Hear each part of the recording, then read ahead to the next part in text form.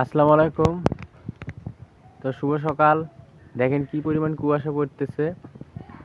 তো এই যে ক্যামেরার পেছনে দেখেন একদম সাদা দেখা যাচ্ছে কুয়াশার কারণে। তো আপনারা দেখতে পাচ্ছেন কিনা। তো সকালবেলা এখন গরুগুলোকে বের করলাম, আর গরু বের করে গরুগুলোকে এখন পল দেব। এই জন্য পলের পালার কাছে চলে যাচ্ছি। এই যে আমার পলের পালা, পেছনে যে পলের পালাটা দেখতেছেন বড় পালা, এটাই আমার পালা। তো এখানে আছি গরুকে পল দেওয়ার জন্য, পল খসার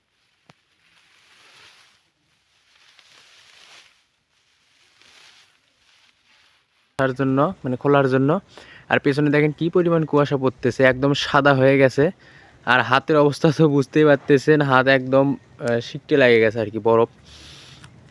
যাই হোক, তো আপনাদের এলাকায় কেমন কুয়াশা পড়তেছে আজকে সকালে সেটা কমেন্ট করে বলে যাবেন। আমাদের এদিকে তো সেই কুয়াশা, আর তাপমাত্রা 10-এর নিচে নামছে। আর কুয়াশা তো সেই একদম দেখতে পাচ্ছেন চুনের মতো সাদা, চুনের মতো দুধের মতো সাদা কুয়াশা পড়তেছে, চতুর্দিকে একদম সাদা হয়ে গেছে।